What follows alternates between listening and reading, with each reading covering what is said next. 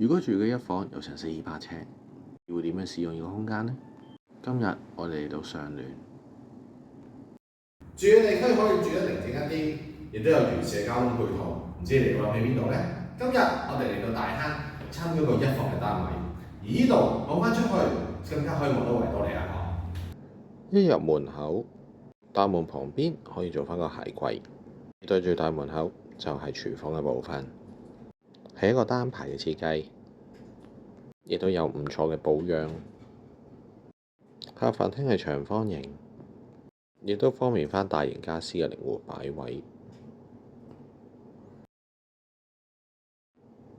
露台望返出去，可以望到維多利亞港。由於佢樓層都相對高，仲可以望到天空景，視野都開揚。而浴室係有活動窗，加上乾濕分離。